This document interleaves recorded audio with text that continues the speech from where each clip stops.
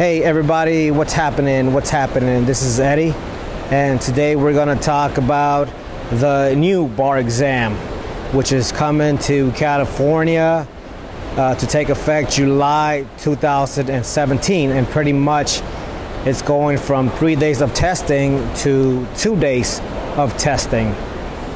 So there's a couple significant conditions of that. Let's see, one of them was that the state bar is going to save $1.1 million, and the other one, which is more relevant here, is that they're going to maintain the same failure passage rates. And of course, you already know that California has the lowest passage rates, so do not underestimate the fact that it's going from 3 days to 2 days.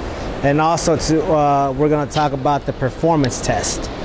Okay, so that's going to go from 3 hours of testing to 90 minutes, and they're still going to have the file, they're going to have the library, so it's going to be pretty much the same, except the time is going to be cut in half. All right, but before we talk about this, before we go on to talk more about the performance test, I just want to tell you a quick story of when I was in high school. Okay, so you know, when you're in high school, you kind of tend to like a girl. You'll like a girl for like, you know, this week or whatever, and then, you know, next week you'll like a different girl. Well, that kind of happened to me when I was in high school. And I remember, like, I had this one class, right? And there was this one hall, and then between periods, I would go this way and she would come this way. So of course, every time that I would go that way, I would kind of like, you know, it'd be that tension. You know what, you guys know what I'm talking about? It's like a certain tension, a certain connection that you kind of feel. It's a bit awkward. Anyway, what happened was that like a week after that, like I guess I met someone, I don't know, I forgot. But anyway, I started liking some other girl. So I kind of forgot about that girl in the hall. I mean, I just totally forgot. I even forgot that she existed, put it that way. All right.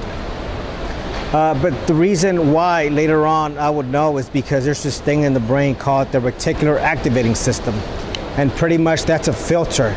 And it helps people focus on what's important. And then it'll filter the rest out.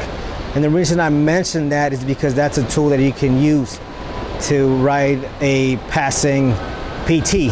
The problem right now with most of the PTs that don't pass is because the examinee will put a few facts, they'll put a few of the rules, and then they'll overload their work with facts. They'll put a few of the rules, and then they'll overload their work with facts.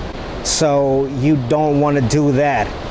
So what you want to do with the rules is you want to identify them, and you want to extract them from the material onto your work, and you want to apply them. So that's definitely a tool that you can use. Think about it as like a pasta. All right, let's say you have a Thai chicken pasta, and two of the ingredients are cayenne sauce, which is a spicy ingredient, and the other is pasta. So let's say you put too much cayenne sauce in your pasta and you don't put enough pasta. It's not gonna be an edible dish. All right, so think about the PT in that same way. You need to balance out the rules and the facts. So do not underestimate the fact that the state bar is going from the exam is going from 3 days of testing to 2.